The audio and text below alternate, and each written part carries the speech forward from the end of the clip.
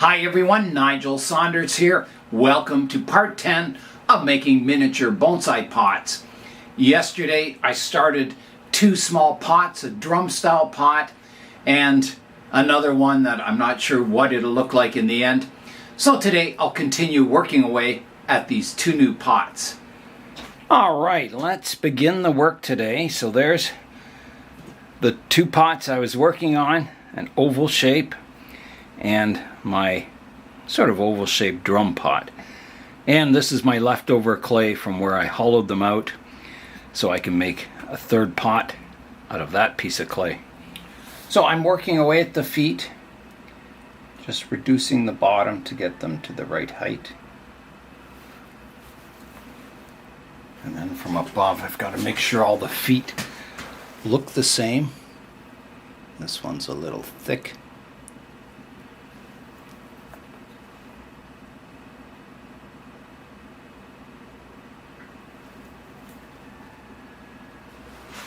So there's my pot. I like the feet. They're nice and delicate. And once they toughen up a bit, I'll work them further. Kind of doing the final shaping. They're a little soft at the moment to be working too much on them. Alright, so I'm going to let that pot toughen up a bit. And then I'll come back and do the final shaping of everything, making sure everything's looking good on it, but I think it's pretty close. Okay, so that can sit upside down like that. And I'll get out the next pot, the drum pot. This one.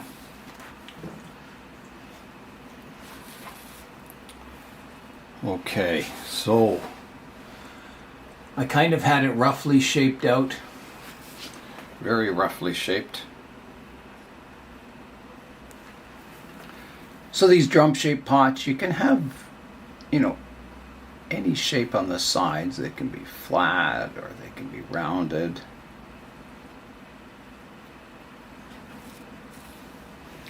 Looking quite nice.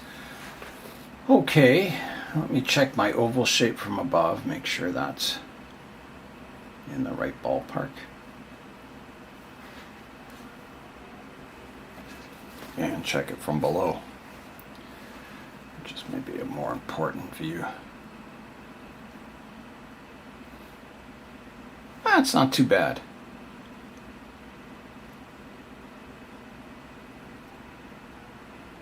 It's not a real oblong oval, it's closer to a round pot, but it has just enough of an oval that it looks have a front and a back to it. So the rivets on the side of the drum pot, I was watching a video and they have a tool that has a dimple in it, so they put a little dab of clay on, then they stick the tool and kind of rotate it and it leaves the rivet. Now I do have a groove tool that one of those tools from Scott Winnard, this one. And I'm wondering if I rotate that, if I can get like a rivet. And I'll try it on a piece of clay here.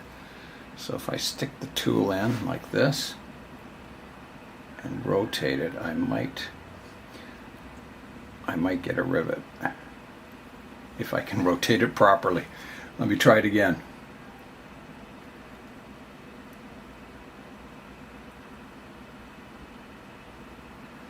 Well, that sort of works. You can see it's left like a rivet. As long as I keep my tool clean and rotate it on the right axes. Yeah, I think that'll work. It's a good size for this pot. So that's what I'll be using for the rivets. And that'll come, as I get closer to completing the pot. So I'm going to work away sculpting the sides, getting them just how I want, hollowing out the inside of the pot, getting it down in thickness a bit. The feet will just be simple feet on the bottom. And we'll come back and see how it's looking. And then we'll try that that rivet tool out. And that tool can also leave a bead. Where's the tool? Here. So if I'm going to try it, I'm just going to drag it around the bottom here. And it should leave like a bead.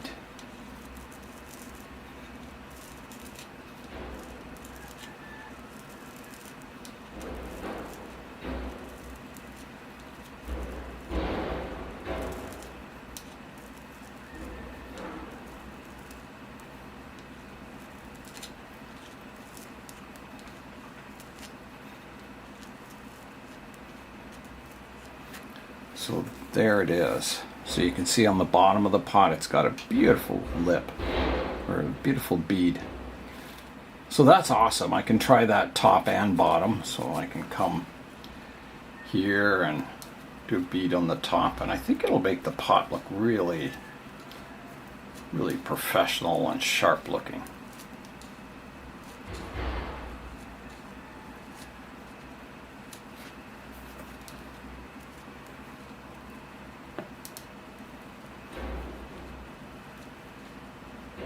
Now I still have to do some shaping on this pot, but I'm just showing the effect. So there's the idea of it.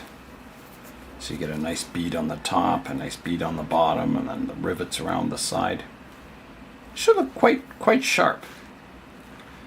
Now I'll be cutting the feet out of the bottom. I was just doing this for a demonstration. Okay, so I'll work away at this pot and then we'll come back and have a look at it. I'm going to try the bead tool on my other lip here, just to see how it looks. So here I go. Should give quite a nice kind of polished lip to the pot, I hope.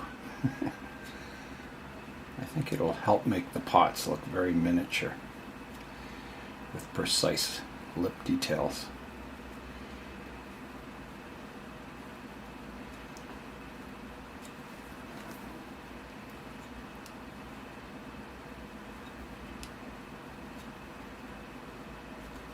Also get the lip very accurate in thickness and everything. It should look quite nice, I hope.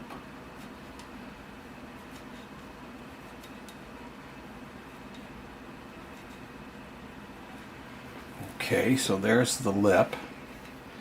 Yeah, that's perfect. That looks really good. I just have to flare that in with my round tool. So I will come in now and just fix that up. Yeah, that looks very nice, I think. Just get rid of all my pieces of clay.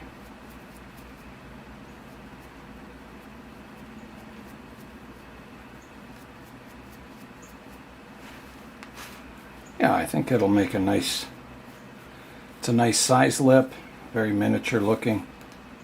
Should look quite nice when it's done. Okay, so that one can go back. I'll have to get some more work done to it. Back to my drum pot. I've got the outside shape of the drum pot all looking good. So next, I could add the rivets now, but I'm going to leave that to the very end because if I handle the pot, I think I'll rub the rivets out. So I'm going to work on scooping out the inside. You can see it's still quite thick. So I'll finish that up, getting it scooped out and looking good. And then I think, there's the feet and then the rivets. And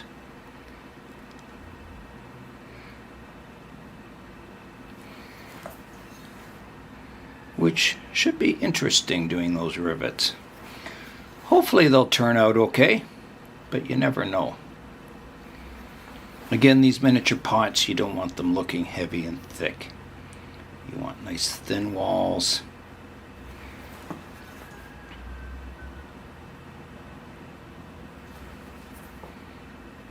Otherwise they just look too crude. So I'm sure, as I'm making these pots, there'll be some that turn out better than others. My Vietnam one, I I was looking at the video of it, and it's a little rough looking. But, I mean, it's hard to get all that detail looking good on such a small pot. You do what you can. And you don't have to use all these pots if, you know, if one doesn't look so good. Well, you can just chuck it. And it's possible, you know, they may not survive the firing, all of them. They could crack or deform badly, or who knows what. Maybe the glaze won't turn out very nice. There's a lot of factors that make a really nice looking pot. It's not just the shaping of it.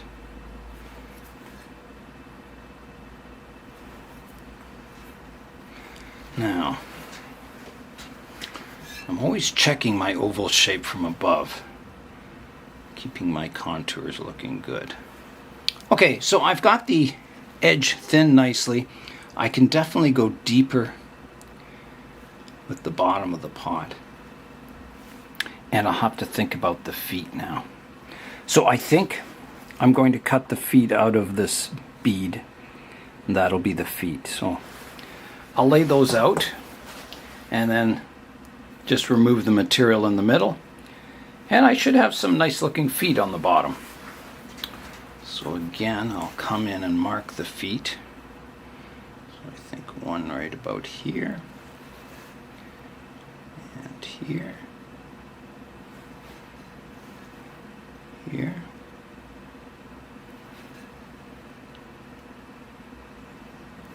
just correcting the shape on the bottom. It was a little squish there. Okay, so now I can start removing material from the bottom. And I'm going to use my rounded tool initially. And I'll be checking the symmetry of the feet as I work away at it. So I'm just working the height down slowly and carefully.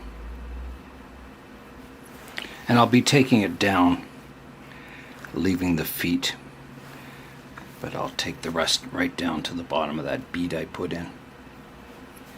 It's kind of exciting working on these pots. I really enjoy it. You can see I've got the rounded bead showing there, which makes a nice finish to the edge of the pot. So I have to be careful not to disturb that. So there's what it'll look like. Should look pretty good, I think, I hope. Alright, I've got the feet in place. So there's what they look like. They look quite nice. 4 feet, pot sitting off the ground. So next, I've got to put a drainage hole in here. And I have those tubes that cut drainage holes that Scott sent me, but I think I don't want to deform the bottom, so I'm going to put it in the way I did on the other pots, just rotating this tool.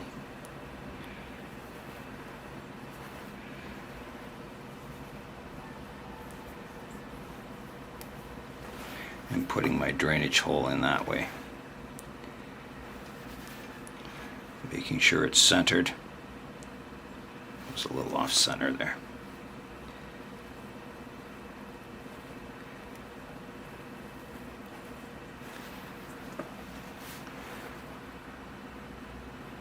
Okay, so my drainage hole is cut in the bottom.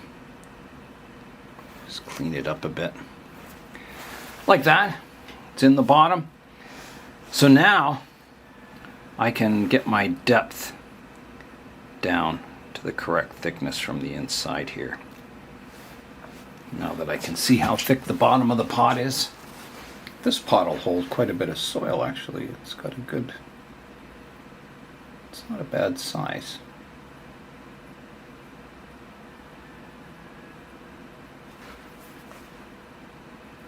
I don't have trees picked out for these pots, but I have lots of miniature trees on the go, so I'll find a tree for each pot, I'm sure.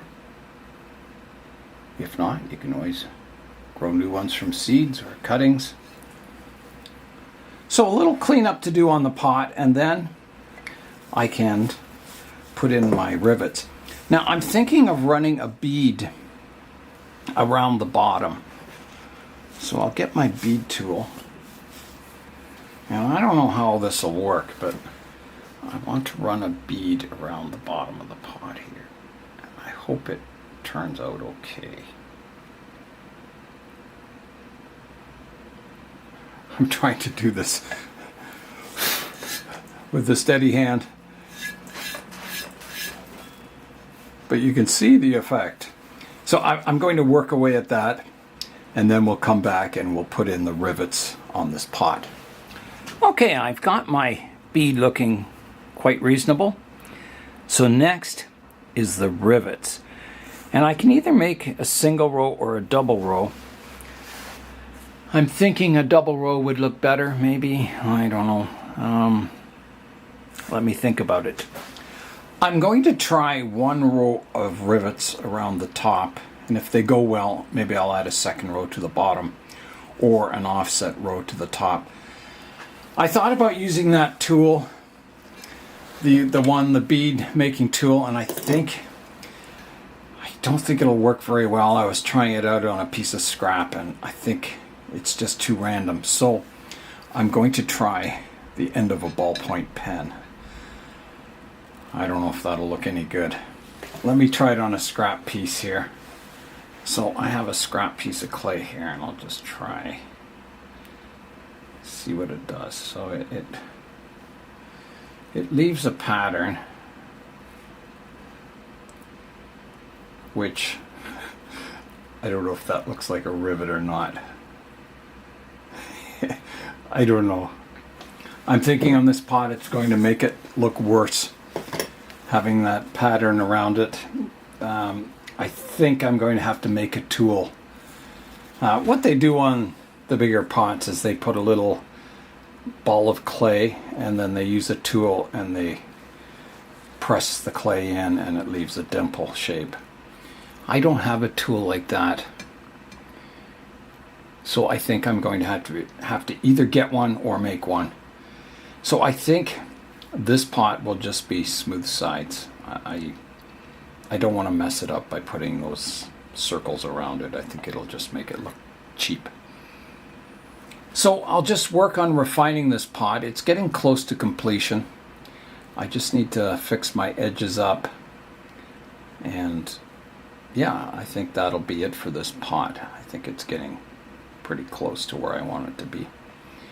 So I'll just work refining the inside, get my edges fixed up, and then we'll come back and have a look at it.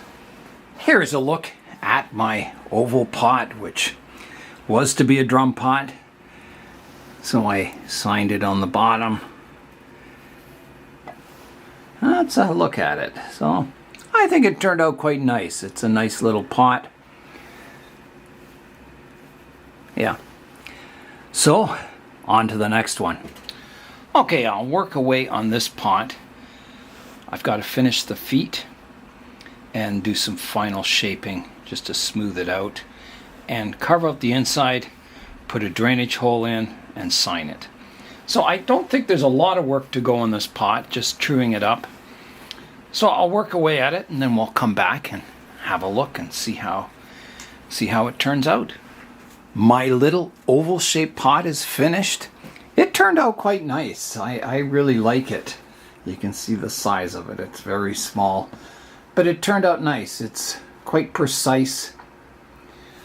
I signed the bottom of it. The top's looking good. It's quite deep. It holds a fair volume of soil. Yeah, so that is it. I'll put that over on the drying place here. You can see all the pots I've made so far. That's very exciting. I'm looking forward to working on some more. I'm really happy with that kind of bead making tool. I think it really makes nice lips on the pot and really finishes them off. Yeah, so that is it for today. I think my pot making techniques are slowly improving, using the new tools and new techniques, and yeah, just getting a little better at it each time. So that's all for today. I'm Nigel Saunders. Thanks for joining me in the Bonsai Zone.